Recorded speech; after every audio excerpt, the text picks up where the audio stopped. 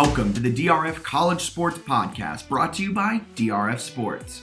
Daily Racing Form, America's most trusted name in horse racing, is now providing sports bettors with exclusive data analytics, previews, videos, and expert picks on all major sports. Bet smarter and have more fun doing it. It's the DRF College Sports Podcast, and now your hosts, Jack Fitzpatrick and Bennett Conlin. Ready, set, bet. Welcome in to the DRF College Sports Podcast. Bennett didn't hear this, but we have a brand new intro into the podcast, so that's very exciting. A lot of changes coming. But what isn't changing is us giving out losers every single game. Wow, man, that intro sounded awesome. I love it. I'm sure the listeners loved it. Really cool, just cool sounds. And I don't know if it was talking or like beats or music, but I'm sure it's pretty cool. I like how you glossed over the fact that we've kind of hit a No, did we hit a wall? I honestly don't fully remember, and I'm not going to pull up the picks that we made. I'll do some quick looking. Okay, as Bennett does some quick looking. I know we were split on Purdue, Illinois. I was on Illinois. You were on Purdue. It ended up being a close double overtime win for Purdue. Kofi Coburn, he held his own against Zach Edey and Travion Williams, so that's big. However, this week I wrote an article as Bennett continues to look at what the picks were. I wrote an article on drf.com/sports picking some midweek tilts, and I love Purdue against Indiana. The Purdue goes on the road to take on Indiana. I think they're going to be around 4-point favorites. I believe that game is today, Thursday. But I think the pair of Zach Edey, Travion Williams paired with Jaden Ivey, not only are they national title contenders, they should go into Indiana and kind of take care of business. As Indiana has a good defense, but I don't think their offense nor their front court will be able to kind of keep up and slow down, respectively, what Purdue is going to be able to do. I feel you there. I think our leans were actually decent, where we had some sides, but some of our best bets were embarrassingly bad, Jack. We were both on Tennessee against Kentucky. That was one of the – I was watching that game. I think it was one of the worst home losses in the Rick Barnes era. They lost 107-79. So bad there. It was kind of like the JMU Elon game, and that reference is a very niche audience. I don't think anyone got that one, yeah. Yeah, that's a very niche audience, where Elon was hitting everything. Kentucky was hitting freaking everything. And it makes me believe that Kentucky – I was low on them at one point in the season. I'm high on them. I think they're a pretty darn good team. I think they're solid too. Also, the team that's pretty hard to figure out, St. Bonaventure, had a huge bounce back. We were both on, I think at least I was, on VCU over St. Bonaventure. They beat them by 20, St. Bonaventure did, followed that up with an 18-point loss to Dayton. So like I don't think St. Bonaventure's actually like turned things around, but they had that going for them, and then VCU had another close loss after that. Still playing elite defense, but that horrendous offense seems like it'll probably keep them out of the NCAA tournament unless they have a crazy conference tournament run. So those were I was on Davidson. Don't discredit my Davidson pick against Richmond. I was on Davidson. They won 87-84. So I was on Kentucky and Texas Tech. Texas Tech I don't think won. Who did Texas Tech play? That's what I'm looking up now. Texas Tech played Kansas State. I was all over Texas Tech, and they lost 62-51 to K-State. I did give out – I can't remember if I made it a best bet. I need to do a better job jotting these down. But I did say Wake Forest was definitely going to beat Virginia. Wake was a best bet. I have it all written down here. As you can see, my sloppy written notes. What did we got for the best bet? I think I gave out 5. You did. You went VCU spread. Didn't hit. You hit Murray State. Murray State? Over who? I don't know. Oh, that was one of those. Remember they played the worst game, like the lowest thrill score. I think. Yeah. They won by 23. I don't remember exactly what the line closed at, but Iona. That was one of the other snoozers, right? Yep. They won. I don't know that they covered. They ended up winning by 12, but I'm not sure. You had Wake then, 2 money line, and Cincinnati money line. Cincinnati's an interesting one. Who did they play? I need to do a better job of this. This is embarrassing for me. That was a Sunday game, wasn't it? Cincinnati beat Wichita State by 4. So I don't know what the spread was. I didn't bet But those. I think they were dogs. All right, so perfect. Well, moving So from it actually all wasn't that bad. yeah, not terrible. We gave out some winners. We just didn't hit at our normal 100% rate. You can never hit at 100%, but Arlene's Most of did the well. time now, when you listen to us, like we're giving out 100% winners, aside from our learning experiences. When we lose and we lose, quote unquote, and we take that data to put out more winners. We've never lost on this podcast, but we've learned quite a bit this year. We've learned a lot in our 9 episodes of this podcast. Learned a lot about betting. We already knew a lot, but thankfully because of this podcast, we've been able to learn even more. And with all of that being said, we're going to learn a little bit more today. Starting off this episode, the DRF College Sports Podcast, with something we introduced last week on last week's podcast. It's Bennett's baby, Bennett's favorite part of the podcast. I named it something clever. I completely forgot what it's called, but it's the lowest thrill scores of the weekend. We're starting with tonight's game, Thursday's game, and then we're going to go through Sunday's games. Eastern Illinois, they're number 354 in Ken Palm, home of Jimmy Garoppolo. They take on 45th Murray State. Murray State is favored to just destroy them almost 100% of the time. Yeah, you're looking at a spread that could be, when you wake up Thursday morning, this could be close to minus 30. So this is kind of fascinating that we've got Murray State back-to-back weeks appearing here. It's interesting, right, because they're a mid-major and they're in a league that maybe doesn't have the best teams in the world, but they're like very good. I mean, they're a really good team. So you've got them going up against these conference foes that just are really bad. You look at the conference matchups they have in the OVC. And Belmont is obviously a really fascinating, really quality team that could make the NCAA tournament that they play against.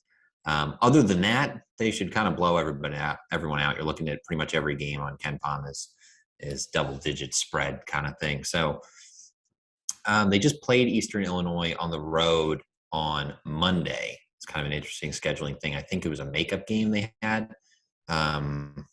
Murray State's in Kentucky, which is close to Tennessee. I do a bunch of random things for TN bets. This is why I know so much about this obscure matchup.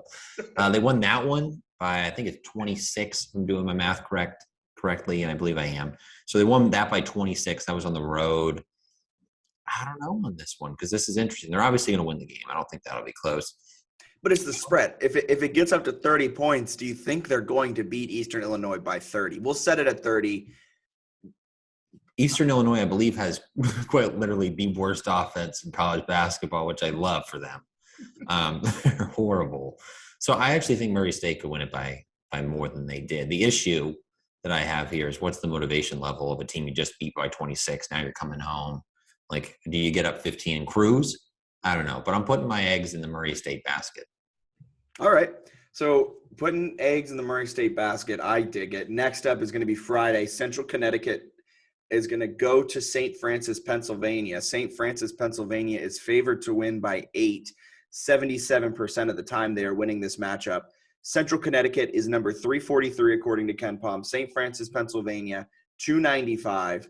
Talk about an absolute dog fight of a game. Yeah, I mean, I hate this matchup, obviously. Don't want to give it a lot of analysis. I'll say Central Connecticut. I think both teams are like truly bad. So if you can give me one that's, potentially +8, I would probably look at that. And they've actually done an okay job occasionally this year hanging with some of these subpar teams. They've got a win over Hartford, which had a similar ranking. They've got a couple wins over bad teams as well. I think they can hang with an 8 here for sure. All right, moving on to Saturday's game. Guess who's back? Back again. Not Murray State. Murray State is back. These poor guys. Against Tennessee Martin.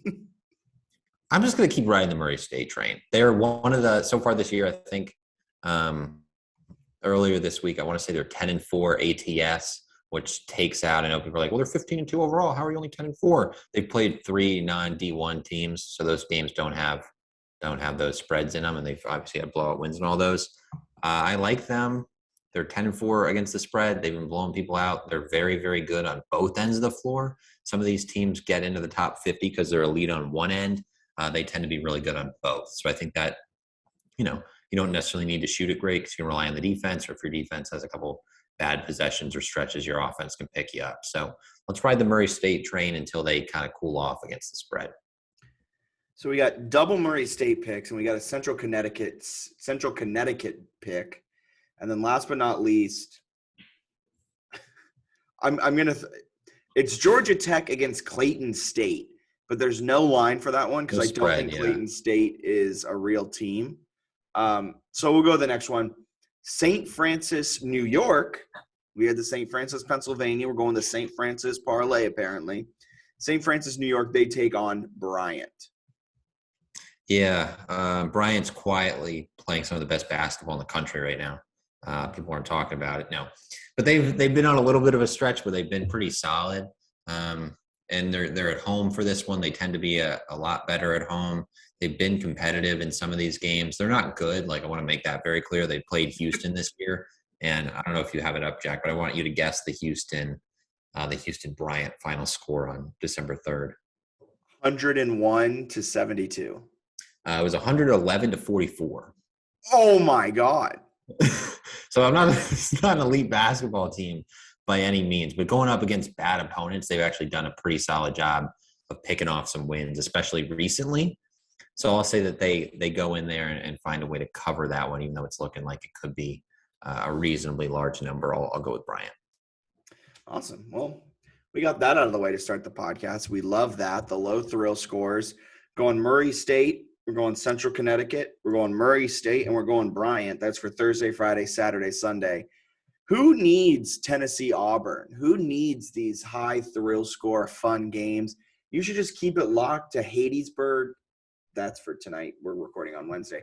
Keep it locked to Murray, Kentucky. Yeah.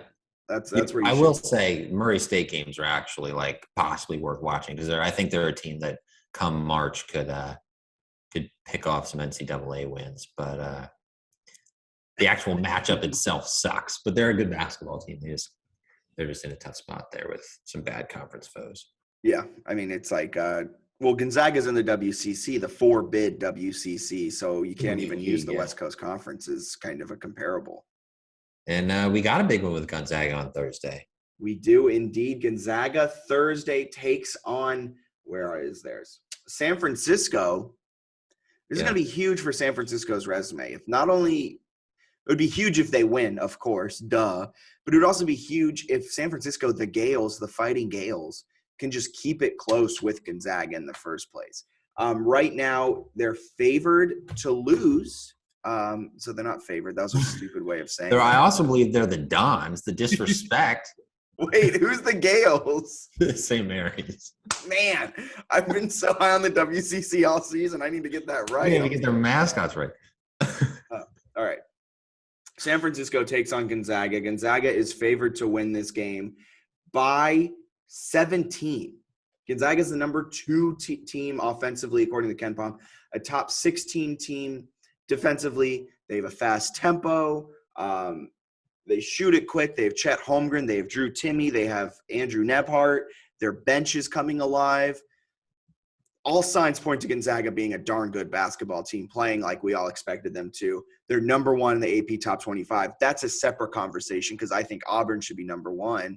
But Gonzaga is statistically and analytically and trends-wise one of, if not the best team in the country. So they take on San Francisco, who's number 34 in KenPom.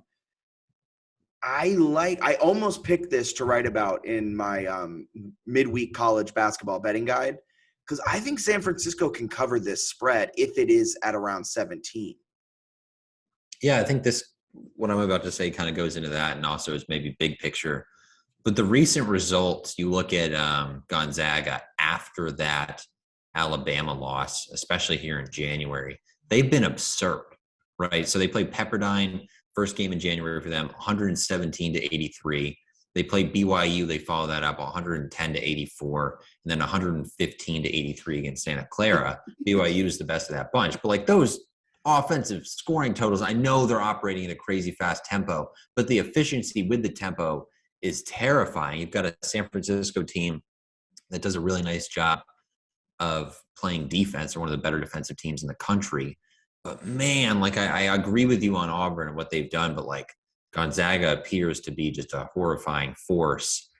And I kind of agree with your logic there, where I think San Francisco can cover this, but I'm also scared of the team that's just walloping like respectable teams and dropping like NBA level point totals. Yeah, I mean, in the year 2022, they have not scored less than 110 points, which is just like for a college team, that's mind-boggling. You don't see triple digits on a consistent basis like that. The plus side of this game, it's going to be on CBS Sports Network here tonight. I believe it tips at 11. So it's a nationally televised game if you get CBS Sports Network, which not everyone does. But nationally televised, you can watch this game. I think it would be a lot of fun to ride San Francisco if it's around that 17 mark. If it goes a little bit lower, I'm not so sure, but it's at Gonzaga. I don't think they've lost. They haven't lost at home. Their two losses was a neutral site game and in Seattle against Alabama. They are walloping people, but it's tough. That's a tough game to pick. I think the positive, if you're looking at San Francisco, is that they're a solid team, right? They're pretty good on both ends. Obviously, a little better defensively, but their three losses this year: Grand Canyon, Loyola Chicago, and BYU. You're not thrilled about the Grand Canyon one, but they've been by a combined, I think it's 8 points in those three games. So it's like they haven't gotten blown out this year. They've won, 15 of their 18 games, and even dating back to last year, they hung in pretty much every game. The only games they didn't hang in were against Gonzaga. So, I mean, that's the issue. But it's a team that's like really trending in a solid direction. And I think they're incredibly well coached by Todd Golden, who we'll see how long Todd Golden remains at San Francisco. Strikes me as someone that, like, if you're a big-time school looking for a coach, I might try to target Todd Golden. So we'll see what happens with that. But yeah, I kind of like this actually, because the Gonzaga narrative is like they just moved to number one. They're playing at home. They're boat racing people. San Francisco just lost to BYU. But you've also got a team that I think is capable, if you give them, 15 to 20 points. I think they could probably cover that.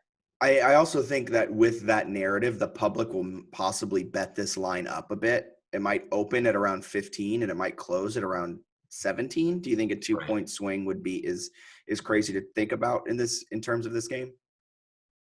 I think that'd be huge, right? If you could get that, I think that's possible. And it's one that I think, like, I'm not saying they're going to win. Like, I wouldn't take the money line, but I do think they could get down, like, even if they get down 15 or 20 at half, and then they just like backdoor cover. I think it's possible, especially considering they play good enough defense, that maybe they can have some stretches where if Gonzaga calls off the dogs a little bit, they can get some stops and rally. Not my favorite bet, but it's definitely one of the better games on Thursday.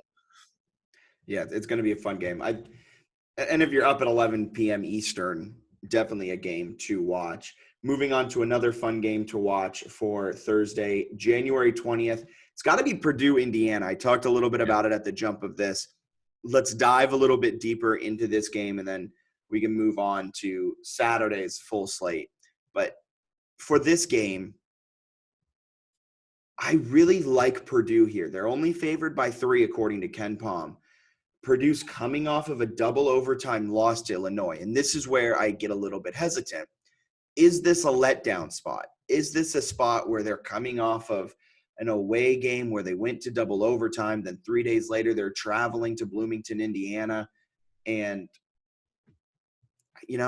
is this a letdown spot? But then again, you look at Travion Williams, Jaden Ivey, Zach Edey. This team has big men that are good at playing basketball, and they have a darn good guard who could be a National Player of the Year candidate by year's end. Best offense in the country, solid defense. What do you think? Yeah, I kind of agree with you, I think, with Purdue. For me, what kind of excites me about the Purdue side is, one, I think Indiana is like a solid Big Ten team, but they're not like an elite Big Ten team. I talked about how good they are. Coach. And I think that's what makes them a hard team to they're not a good team, but they're a great coach. Mike Woodson is a former NBA coach that I think was coaching NBA, just a few seasons ago, and was on the bench for a while as an assistant. And he did a nice job getting some guys in there to go around Trace Jackson Davis. So you add in a good home court advantage plus that, and they're finding ways to make some stuff happen for sure. So impressed with them, especially defensively. That's where they kind of thrive this year. And I think the part that makes me like Purdue in this game, and I guess you could argue it the other way, but Indiana, they're fourth nationally according to Ken Pom in 2-point field goal percentage defense. They've been just absolutely phenomenal at stopping people from scoring 2-point shots. Purdue is seventh nationally in making 2-point shots.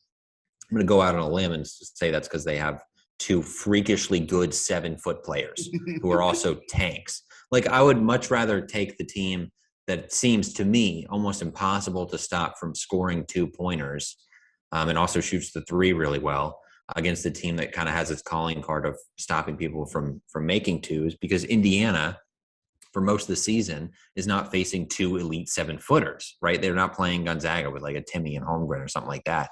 And Purdue's guys are more physical than that. So I think for the matchup alone, I really like Purdue.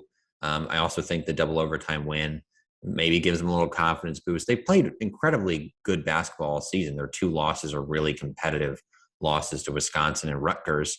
Johnny Davis played out of his mind in that Wisconsin loss. Then the Rutgers one, I believe they hit like a half court or maybe even farther buzzer beater to win the game. I think it was a 3/4 court buzzer beater. But yeah, they've been phenomenal. They've looked really good. They played a decent schedule. I think it's a really good spot for for Purdue at Indiana. Last thing I'll say on this matchup too, the key we talked, as this season goes on, they're national title contenders, so we're going to probably talk about them in nearly every podcast. But the key here with 2 7-footers in your front court is how are you going to match up? You said this matchup favors Purdue. The tallest, consistent contributor on Indiana is 6'9". Yeah, I think it's a team. That's just a mismatch, and even Kofi Coburn struggled. And Kofi Coburn's one of the best big men not named Travion Williams or Zach Edey in the nation, and he struggled to defend them consistently throughout the game. Yeah, I just think it's one where Indiana's 2-point percentage defense, I feel like is very good, but there's a huge difference, like you're saying, between, playing like a Penn State or a Wisconsin or then having to go try to guard, those big guys in the post. So huge difference.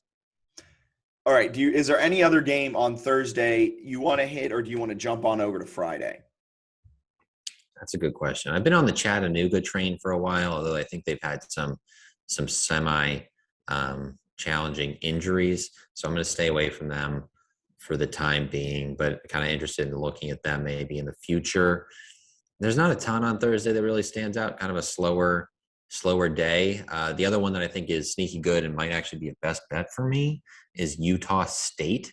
They've lost 3 in a row, 4 of their last 5, but they've been crazy competitive in that stretch against a stretch of pretty solid teams. 2 of those games on the road, come close to winning. We've talked about Boise State sort of breaking our hearts in the past. They have won, it looks like 10 in a row. I think they're due to lose. So I like Utah State at home to upset Boise State. Utah State might end up being favored, actually. So I like Utah State to win that game. We'll see what the line is. But it strikes me as one that I think could maybe fade the public here and also get Utah State where they're kind of a buy low spot. I feel like they're undervalued. They're 10-8, but they're playing better than that. Like you look at Boise State as 13-4 within Ken Pom, though they're only 15 spots apart, basically. We've been high on Utah State. They don't look like a tournament team right now because of the results, but I think the way they're playing, I don't think it's drastically different than Boise State. If I get them 10-8 favored at home against Boise State, I'm all over that. Yeah, I love Utah State. I talked about him last week in the column. Justin Bean's darn good. Brandon Horvath is good. Stephen Ashworth. They're an older team, an average age of 2.3 years. They bring back not a lot of minutes continuity, but they're an older, experienced team with Ryan Odom, and we all know Ryan Odom from orchestrating the UMBC upset over UVA. He got the gig at Utah State, I believe, this last season.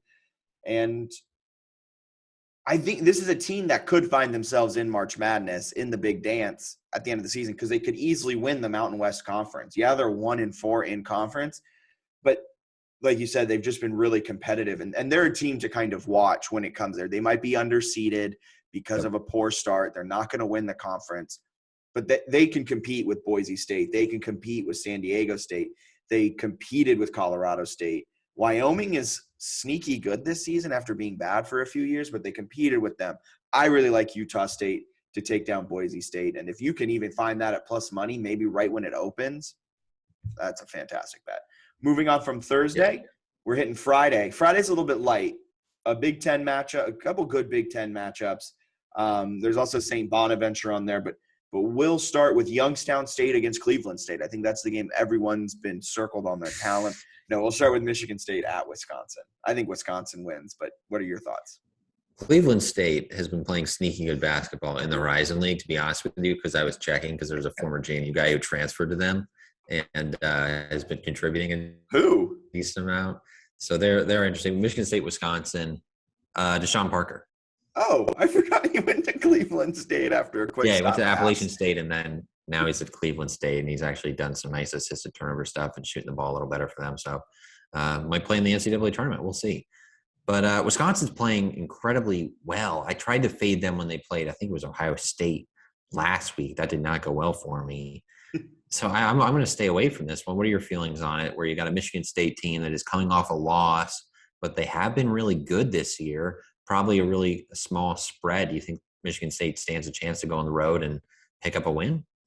Michigan State coming off of a 2-point loss at home against Northwestern. They're 5-1 in Big Ten play, 14-3 on the season. They're a top 25 defense. They're a top 35 offense. They're an all-around really good team. You look at Wisconsin. Wisconsin has the upset over Ohio State. They've also beaten Purdue. They've also beaten Iowa. Looking at it, they've taken care of business when they need to, and they're pretty much the same exact team as Michigan State. I think this is a great game. I think I'll stay away from it too, just because there's too much volatility. Like, I could see either side happening. If I'm leaning one way, I'm leaning Wisconsin because it's a home game. They have a good home court advantage. Home court means something in college basketball, unlike the professional leagues. And Michigan State is coming off the loss. I would lean Wisconsin, but I'm not in love with it. There's just too much volatility there, where I could easily see Michigan State going on a quick 20-8 run or something like that, where they just all of a sudden balloon to a lead, and then the rest of the game it's even. Like, this game is one run, and when it's a one-run game, I kind of want to stay away from it. Yeah, I think it's interesting too, because I don't totally – I'm not sure I'm agreeing with Ken Palm's rating of Wisconsin. Ken Palm has them at 25th nationally, and I think they're a lot better team than that. Yeah, is that what you're saying? AP poll's got them at 8, and we've talked about the AP poll kind of stinks, but what's that? I was saying, you answered the question. I was saying, do you think they're better than that, or are they worse? I do, because you look at the resume, they've got the neutral site win over Houston, which Ken Palm has at number 6. They beat Marquette by 13. They beat Indiana. They've got a win over Purdue, Iowa, Ohio State. They split those two matchups. I mean, wins over Houston and Purdue and Iowa. I mean, those are some really good ones, especially a road win at Purdue, neutral site against Houston. It's one of the best resumes in college basketball. Their only losses being to Providence and Ohio State, 2 good teams. So they're playing really, really well, but Ken Palm doesn't love them. I wonder if some of that is they had a weird December stretch, pretty much the 3-game stretch. They got blown out by Ohio State, and they struggled in these non-conference games. I think might have been slightly COVID affected against Nicholls State and Illinois State. And obviously, we know, most people who follow Ken Palm know, margin of victory plays a pretty big role of how you fluctuate within the rankings. So I don't know if those messed with them or something, but I don't know. They feel a lot better than 25th. Yeah, I mean, when I was going through that resume real quick, explaining it, and I said Iowa, I said Purdue, Ohio State, I had forgotten they had those wins. And I was like, oh my Lord, this resume is really good. And then, not to mention a blowout of St. Mary's, a double-digit win against Texas A&M. Mm-hmm. Solid, you mentioned the Marquette game.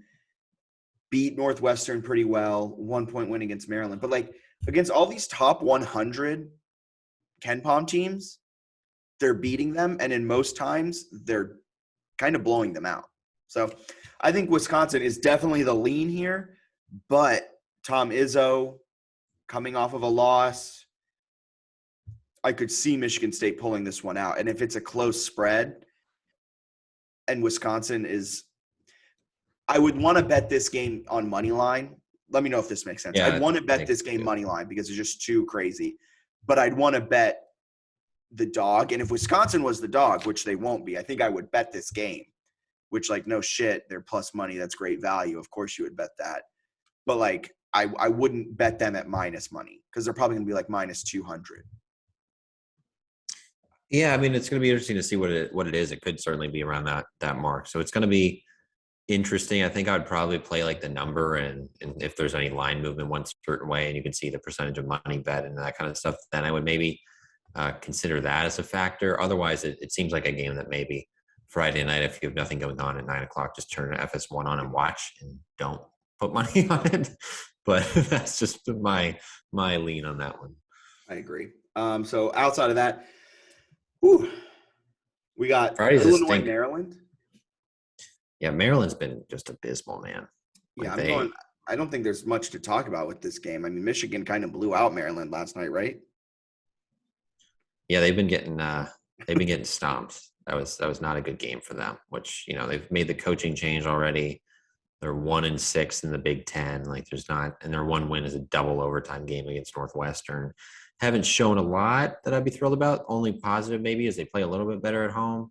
Illinois, maybe there's a hangover effect from a heartbreaking home loss to Purdue. But, Illinois is a better team, and Coburn's just so hard to stop. I'm not sure Maryland has the ability to slow him down. Yeah, give me Illinois and the points. I'd go all the way up to 10. Fair enough. Any other game? I mean, St. Bonaventure, Duquesne, but, is that really moving the needle for anyone? I don't think so. Toledo at Ohio. Do we want to talk about some action in hoops? Ohio's a good team. Ohio's the home team. I'm going to lean Ohio on that one, but what are your thoughts? Anything else on this day? Weekend looks awesome, so Friday's dead to me after the Michigan State Wisconsin game.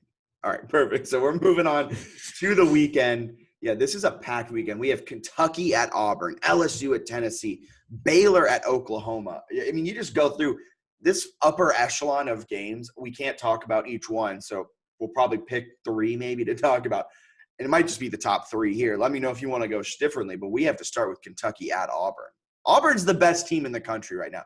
I don't care what you say. I don't care what the Ken Palm analytics say. Let me go on a quick little rant. The fact that Gonzaga has 2 losses to Alabama and to – who's their first loss to? Duke, duh. Gonzaga has 2 losses there. Auburn, on the other hand, has only 1 loss, which is to UConn, and double overtime neutral site loss. They've beaten Alabama, a similar foe. They beat them kind of by 4 points, and I remember that game. It wasn't necessarily with ease, but the fact that Auburn isn't number 1 in the AP Top 25 is a complete joke. They are the best team in the country right now. I like them at 1-2, even though Gonzaga is like a world beater. They've just been so solid. Their wins are really solid, and the recent ones where you go on the road to Alabama and win. Not to mention that game was the day after the national championship. So the fans are a little riled up. They wanted that one for sure. It also seemed like a perfect spot I think I bet Alabama. I thought it was a bounce back spot for them. Turned out not to be. You got the commanding home win over LSU, which is a really good team. We talked about how good Murray State is as a mid-major, won that one by 13. They've just picked up some really, really good wins. They blew out Syracuse. I know Syracuse isn't great, but a neutral site blowout of them and a strong, convincing win over Loyola Chicago. I really like the resume. I like the way they're playing. I think they've been really underrated in the past. I can't remember if we actually talked about this last time, but how different things can be for Auburn basketball. If they had won that game against Virginia a couple of years back, I think we talked about Texas Tech the other side, right? You could look at Auburn too in the Final Four where they had that game, right? There are people throwing toilet paper into the trees and celebrating super prematurely. I don't know how they didn't, watch the ending, but doing what they're doing. I just love them. They've got Jabari Smith, who's a top 3 consensus, I think, NBA draft pick. He's been a stud. Walker Kessler, they've actually gotten the most out of him. He swats everything in the paint, leads the country, I believe, in block percentage. They're just Auburn leads the country in block percentage too, and that's because of Walker Kessler. Yep. So, I mean, they're very, very good on both ends. And I think Bruce Pearl is a hell of a coach. He's been consistently really good. He had some Tennessee teams back in the day that could absolutely ball. So I like what he's done with them. I think they have a great roster. But like you're saying, like, I think you were buying into Kentucky. I think I'm kind of buying into Kentucky too. Like, this matchup is just awesome. This is a great matchup. I will say this, though. I'm buying into Kentucky. I think Auburn wins this game. But I don't think that's an indictment on Kentucky. I think this is Auburn's chance. They've been slighted. And you probably shouldn't bet the narratives if you're like a smart bettor and like you do this for a living. But that's not what we're here to do. We're not handicappers by any means. We enjoy basketball. We watch basketball. We're in it for the narratives. We know how basketball works. We know who's the better team, all that stuff. We're not professional bettors. We're professional watchers. And when it comes to watching this game, I think Auburn has so much more to prove.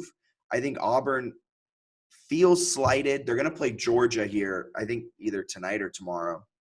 Before this game, should blow Georgia out. Georgia absolutely is a dumpster fire and stinks to 3 states over.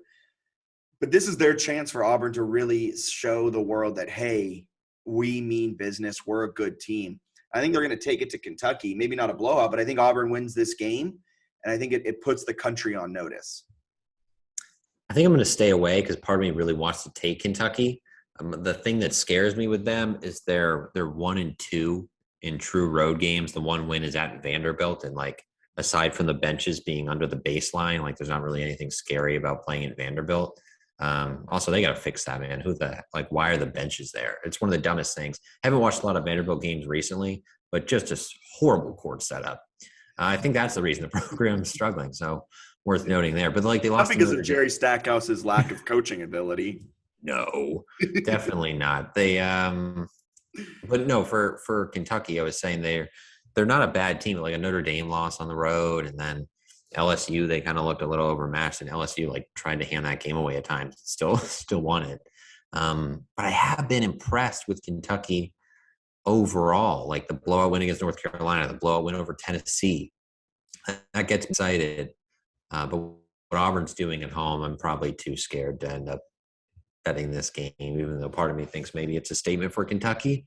But I will say if Auburn gets through that one, I'm all in on maybe they're actually going to make a legitimate national title push. I also think if they get through that one, it's really hard for me to see anyone else winning the SEC regular season title. My Tennessee future's all but dead. And you know what's really sad? I think it's going to die. My future's dead. No, I think it's going to die a little bit more when they take on LSU here on Saturday. Yeah, they had a kind of a tough slate the first 6 conference games. They had 3 road games against Bama, LSU, and Kentucky. So I don't know what I was thinking because you kind of just screw yourself out of the gate. Well, if they win those, or if they win 2 of the if they had gotten, or even if they win 1 of the 3, they're in the driver's seat to win the SEC. They're still in a position where if Auburn can fall a little bit, they could make a little bit of a run. I think they'll just finish in the top of the SEC and get things going by the end of the year. But like hope for your Final Four future. I would hope, but I still think they're a good team. They just had they've had a stretch where they've played pretty crappy basketball. Some of it I felt like was COVID related, but now I feel like they should be healthy enough. They did get a road win against Vanderbilt, going home against LSU. If they can pick that one up, then all right, then they're kind of back on track. Yeah, it's a home game for Tennessee. I kind of like – this is tough for me because I like LSU, and I think LSU will be coming off of a win against Alabama. I think LSU – You think so? That's what I bet, man. But they're +4. They're dogs. This is going to be so funny to everyone who listens to the podcast because that game happens tonight as we're recording. Yeah. And then so this just means absolutely nothing. I think they win. I know the public. I know it's a 75-25 split favoring LSU in terms of where the public bets are. I know it's a fishy line. But you know what? Alabama allows 52% shooting from inside the arc. And LSU, you know where their 2 best places are to defend? They defend the 3-point line exceptionally well, and they defend layups, close range shots exceptionally well. And where are the 2 places that Alabama likes to play the most? 3-point line inside the restricted area. So I think it interesting matchup for sure. And Bama's been legit scuffling. Yeah, and I think LSU's kind of in the same boat to me as Auburn, where we all kind of wrote them off. We were like, oh, LSU scheduled a cupcake soft non-con, and they walked their way into the SEC, and then they played the SEC schedule, and they're actually kind of good. But with all that being said, I think Tennessee beats LSU at home in a close, grinded-out game. I think it's going to be a really fun game. I shouldn't bet. Here's the thing, though. Every time I bet Tennessee in a big spot, they let me down. So I got on them with Arizona, and I got that right. And then I faded them when they played Alabama and got that right. I actually got them to bounce back where they beat South Carolina and covered, but I think I was wrong on the LSU one and wrong on Kentucky. When they play a big game aside from that Arizona one, which the refs played a little bit of a factor in, I'm just going to stay away because I said if they weren't able to hang in there and cover against Kentucky, then I would just avoid them for a while. And I would say losing by 28 is not hanging in there. Covering.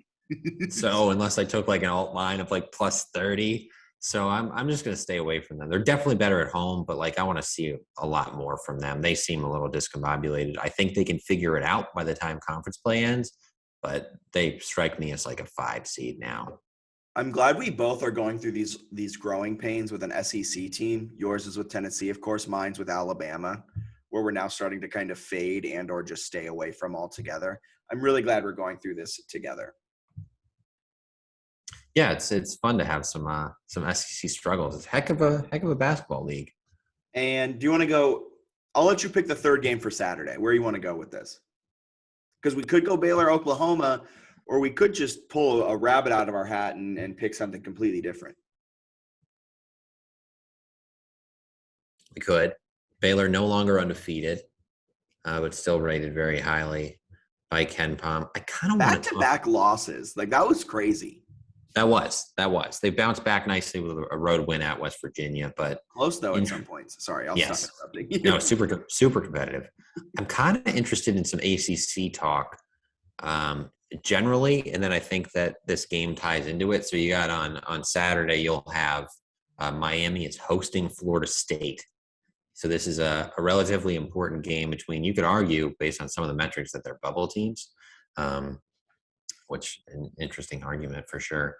But you've got a Duke team that I thought was a sure thing to win the ACC. Like I put a decent amount on it at like minus odds, Jack. Like what is wrong with this team? Like why can they not just you bet a future with minus odds? Why can they not go out and dominate? You're not addressing. Wait, time out. You bet a future with minus odds? Yeah, I said it was a great bet on the podcast. How can they not go out and dominate this crappy league? This is insane to me. I'm starting to get upset. They lost the Miami game, and I was like, you know what? Blip on the radar. Coach K was like, oh, COVID, we're not in shape or whatever. Right? Sure. Then they lose on the road to Florida State. And I'm like, boys, what are we doing here? Now, the good news is the schedule is still the ACC. So you've already played Miami, you already played Florida State. You got Syracuse and Clemson at home, bounce back. Louisville, Notre Dame, like, all right, we're starting to get things rolling. I think they'll find a way to rally a little bit. But they're giving some games away, and I can't have that for my future bet. So you've got Florida State and you got Miami now. They're thriving, and they're sort of both surging. Florida State found a way to get some things going after a very weird 4-game stretch earlier in the year. They got a bunch of losses. South Carolina beat them. Syracuse, Purdue blew them out. Got a loss to Florida that wasn't all that competitive. It took them to OT with Boston University. Like very weird things from Florida State, which also appears to have scheduled North Florida randomly in the middle of the week. But they've got a Miami team that I think might be legit. They go to North Florida. Oh, wait, at home and then away. It would make sense if they were at. Never mind. Disregard me. I don't know why they wanted to go Tuesday, Thursday, Saturday. It seems like a lot of games for them. But Miami's playing out of its mind. Their only conference loss is a 1-point road loss to Florida State. They've already beaten Duke and Cameron. And then they blew the living crap out of North Carolina at home. Like they're actually good. Jim Larinaga, on the tail end of his coaching career, he's got a little team here. I'm excited about them and also devastated for my Duke future. Do you think Miami's going to win the ACC then? I think they'll end up fading, right? You have to think they'll end up fading. I mean, like Dayton spanked them. They lost to UCF at home, and Alabama blew them out. They got like competitive wins over Florida Atlantic and North Texas. Well, Like, they're not playing that schedule anymore. They're they're playing even worse competition now in the ACC. yeah, all right. But I mean, like the Duke win was really impressive. They're very good, but they also like 1 point home win over Syracuse could have went either way. Duke game probably could have went either way. I guess Florida State, you could say the same thing, but they've had some close games. So I think eventually they'll kind of take their lumps. They're like 59th in Ken Palm because they don't play great defense. But I like their team. Like I like the guys they have on it. They can score, make some plays. Isaiah Wong is a player. I think he's been underrated during portions of his career. Cameron McGusty's a good player. Charlie Moore is sweet. DePaul transfer, guy's awesome. Also played at Kansas and Cal. So he's pretty much played at every college in the country. And now he's enjoying some time at Miami. I don't know what my bet is for this game. I don't know. Like, I don't know what my bet is. I just wanted to talk about this stupid ACC because I made this future bet that I thought was a lock. I thought this was essentially free money, which is obviously not how betting works. But I really felt confident that I was like, all right, like this is Duke's year to win the ACC regular season title. There's not much competition. And then I did a baby hedge on North Carolina. I was like, if anyone else gets them, it'll be North Carolina. And then Miami, where does Miami come from? You're sitting here now. Both of those teams are 4-2 in conference play. Miami's 6-1 in conference play. I mean, it just takes one loss. It takes Miami with a win over all of a Duke. sudden they're all tied. What was that? Sorry. Miami 6-1 with an outright win over Duke at Duke. That's what I hate. That's very true. And I love you. Don't like that one bit. We're gonna take this podcast into a quick ACC side channel, and I have two questions for you. We're gonna go ACC here. Two questions. John Rothstein and not a lot of pundits. It's really just John Rothstein. He's saying the ACC is cannibalizing itself. And I don't think that's necessarily true because I don't think they're getting a lot of bids in. And this leads into my second question, along with, is it cannibalizing itself? And second, is the ACC like going to get 4 teams in? Like, yeah, I think 4 is probably the number that makes a lot of sense. Well, Duke's getting in, right? I don't think that'll actually end up being a question. Duke will make it in. But then you're looking at some teams that right now are not all that impressive. I mean, you could look and say, all right, well, like North Carolina is a tournament team. And then you look at the resume, it's like every time they play a solid team, they lose. Like their best win is Michigan, and Michigan's probably really overrated. And then you're looking at Virginia is their other best win. Like Virginia's an NIT team. So North Carolina is, like, in my opinion, on the bubble. The good news for the ACC is the bubble kind of sucks this year. Like it's kind of a crappy bubble. Like college basketball at large in those like middling spots kind of stinks. So if you go on a little bit of a run, you can make something happen. But a lot of these teams don't have overly impressive metrics. You look at Wake Forest, like Wake Forest is where it is because they beat up on crappy teams. So you're looking at a bunch of teams, I think at the end of the season, you're going to look at their resume and be like, oh yeah, they're a bubble team. And then you look for their like top net wins or quad 1, quad 2. And you're like, wow, these are pretty low. So even with like a team like Miami, they're 14-4 and they're in a really good spot. But let's say they start to lose a few games. You could have a Miami team. Let's say they lose 3 in a row. I'm not saying it's going to happen. Let's say they lose to Florida State and Virginia Tech. They are favored to lose. We both keep saying that, but they are expected to lose per Ken Palm to Virginia Tech on the road. Florida State game should be close. You lose those two, you're 14-6. You're probably in the 60s of Ken Palm. The Duke wins carrying a whole lot of weight, plus North Carolina, and you've probably still an NCAA tournament team, but you could start poking holes in the resumes really quickly, where I feel like Duke's probably getting in, and then there's probably going to be some combination of North Carolina, Florida State, Miami, and Wake Forest. And I don't think all 5 of those will get in. All right. I really like that breakdown. I have one last question for you about the ACC, and then we'll get off. Well, you didn't give a bet for Miami FSU. We'll get to that after this question. I was looking over the ACC standings. Sure. Kevin Keats came from UNCW. A lot of hype into his NC State kind of run. He's gotten worse with each year there.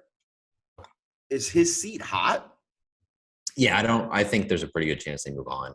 I don't know exactly the contract situation, but it's been, I did some radio hits when I was on the UVA beat with our good friend Dave Thomas, who has, I think, moved back to the North Carolina area, but he had some North Carolina ties while he was at the Virginia station. and would talk to me a decent amount actually about NC State. And he had some like connections and NC State fans who were already getting frustrated in the past couple of years. So yeah, I mean, he's been there. What is this, year 5? He was hired in 2018. Just for a quick breakdown for the listeners. Yeah. He was hired in 2018 from UNCW. At UNCW, he took over. This is the full Kevin Keatts resume. He took over a team that was 174th in KenPom, led them to an 18-14 record in the CAA, and kind of dominated the CAA his 3 years while he was there, progressively getting better. 174, 83, 59th in KenPom. Gets hired to NC State in 2018. His first season there goes 21-12, 46th in KenPom, and I believe makes the NCAA tournament and is a first-round exit. Next season, they get a little bit better. They're number 41 in KenPom, 24-12. I don't think they make the NCAA tournament, though, probably NIT. Yep, NIT team. And in 2020, a little bit of a slip, 20-12, though, still. 2020, though, is the weird season, of course. COVID. Yeah, bubble team. Bubble team, probably would have made it. Then in 2021, major slippage to 71st in KenPom, 14-11, just 3 games above 500, which is his worst since he took over. And then this season, they're sitting at 9-9, 106 in KenPom with a good offense, an all right defense, and one of the slowest tempos in the nation. It's just, I mean, they're just not good. Like they're not good. They don't seem to be trending in the right direction. You also don't have a bunch of guys where it's like, oh, well, they've got these guys or they've shown the ability to add huge transfers. So if you're NC State and you're sitting there and you're like, you know, we want to be competitive within the state. And if you can do that in North Carolina, you're going to be a very good college basketball team. But they haven't been able to do that within the state. I mean, Wake Forest is literally a better basketball team. That's got to be incredibly infuriating if you're an NC State fan where it's like, I want to compete with Duke in North Carolina, not Wake Forest. Like you think of Wake Forest as just kind of an afterthought, and Steve Forbes and company are kind of kicking their butt. We'll see. I guess they don't play until February, if I'm not mistaken, and looking at the right schedule. But like Richmond beat them handily. Wright State handed them a loss, 14-point loss at home. I mean, you can point to a couple nice road wins recently where they beat Louisville and Virginia Tech, and it's like, all right, maybe there's something going there. But like, they're just really, really average, and I think they would like to be better than average. When they hired Kevin Keatts, the goal was to be better than average, and it started off, and it was like, okay, they got some stuff going here, and they're kind of maybe struggling a little bit in conference play, which is what's keeping them out of the NCAA tournament. But to go however many years it is now, to be the 5th year without an NCAA tournament win at a Power 5 that like cares about basketball, that probably doesn't cut it. Love that breakdown. And so now moving in, last thing about the ACC, what's your Miami FSU pick? Gosh, I don't love any of the picks in this game, but I feel like you have to give one. All this ACC talk, we have to cap it off with a pick with the best ACC game on Saturday.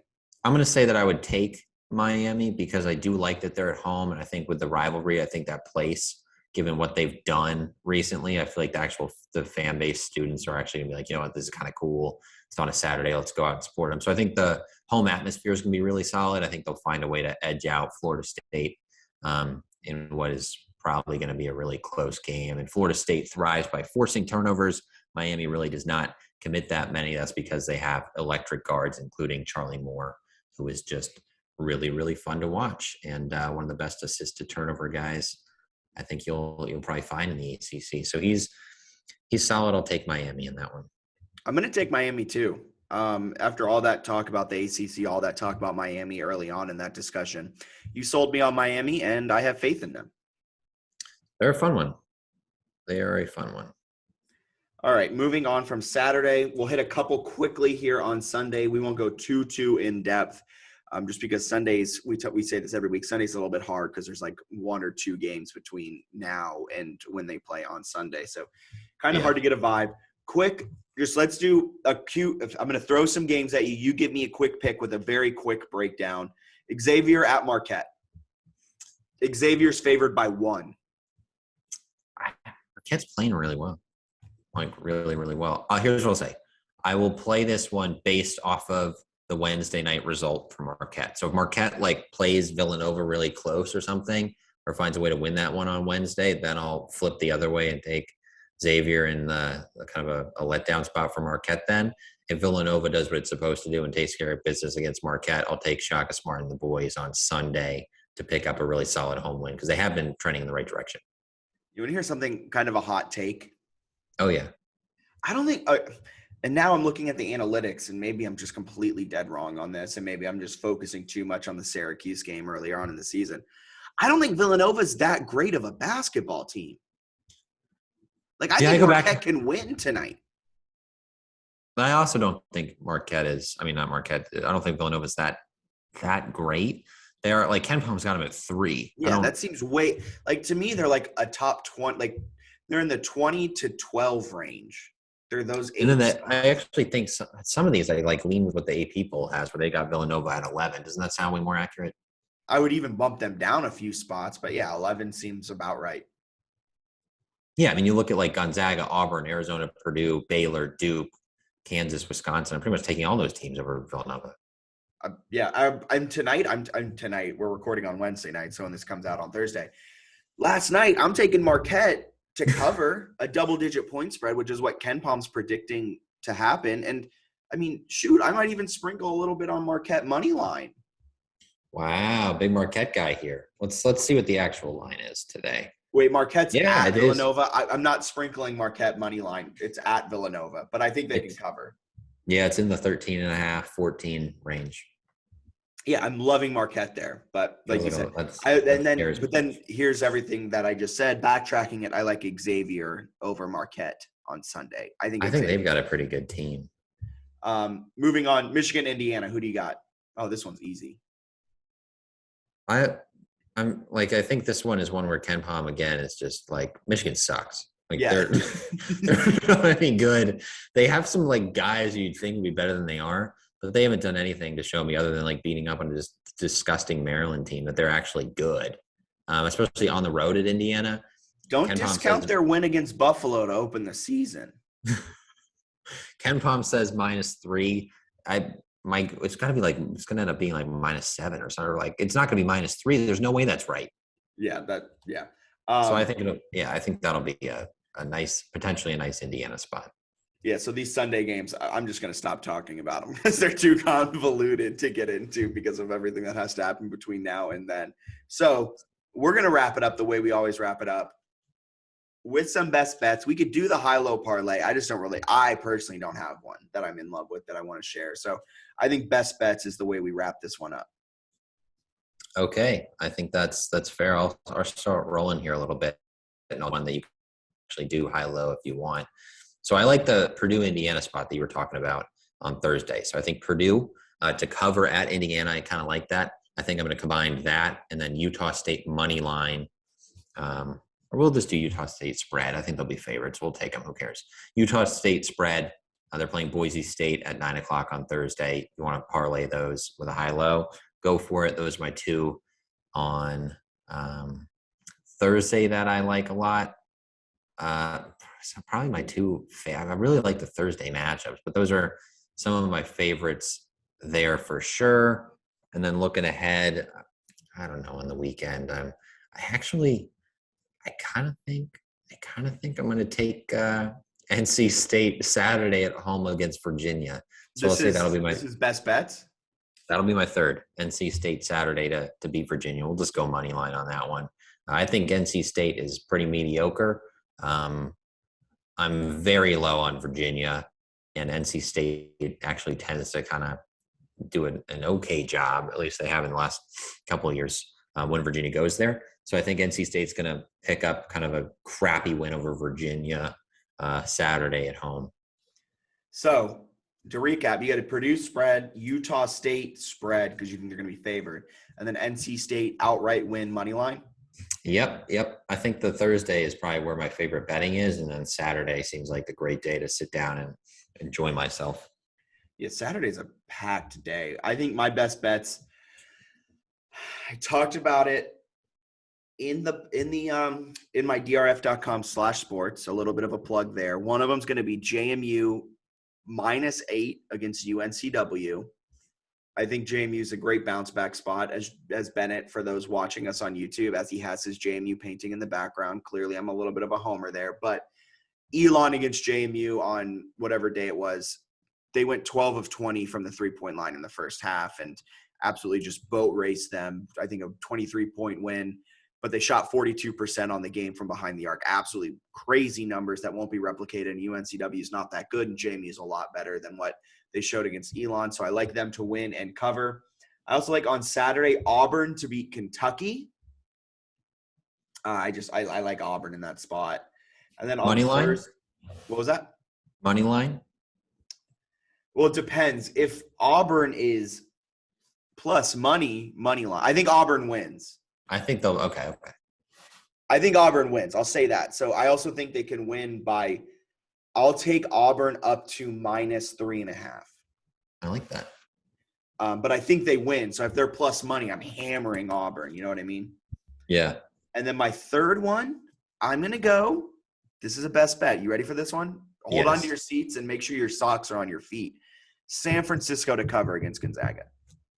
I like that. I like that a lot. I think we got some good ones this week. Can I add in – I'm going to add in a bonus play here, which I will count as a best bet. Maybe stupid, maybe a little reactionary. So we're going back to the JMU well. They play Charleston on Saturday. Smash the over. Hit the over as hard as you can. They're both super fast tempo. Charleston's played some high-scoring games. JMU recently, the defense has kind of fallen off. Maybe some of that's Elon hitting a bunch of shots, but even the William & Mary game, like William & Mary was scoring on a really good clip against them. You look at that Hofstra game that turned out to be kind of a shootout too. So since they've come back from the COVID pause, they've had 3 of 4 games they've played poor defense. We got 2 teams that fly up and down. Charleston's biggest offensive issue by far is block percentage. Block percentage. So they're 2-point shots, and they get a lot of their shots blocked. JMU has absolutely no rim protection, and their best big, Alonzo Sule, has missed the last couple games, so maybe check on his status.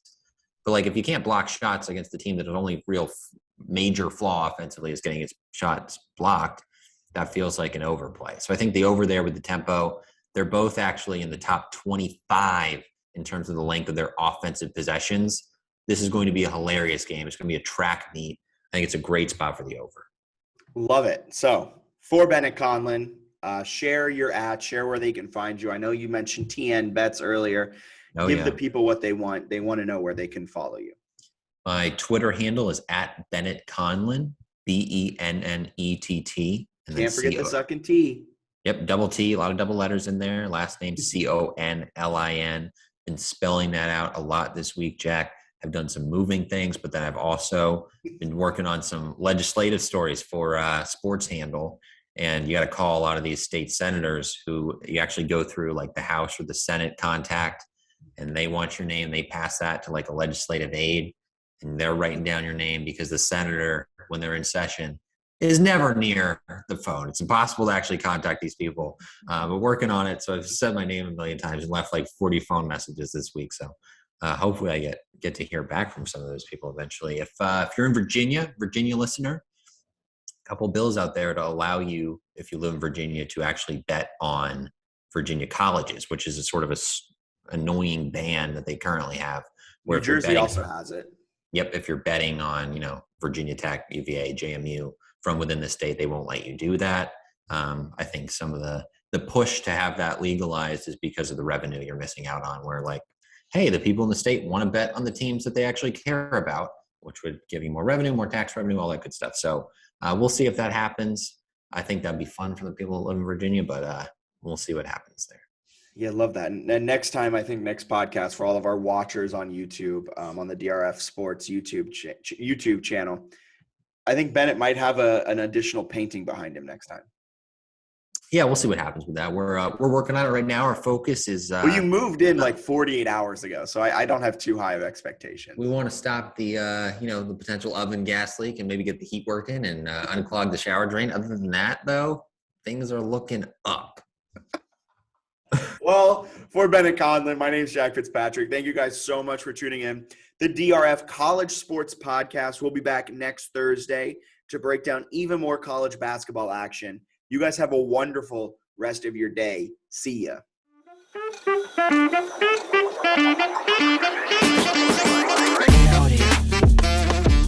Thanks for listening to the DRF College Sports Podcast. Please subscribe, rate, and review the show. For more sports betting advice, go to drf.com/sports, and you can follow DRF Sports on Twitter at DRF_sports.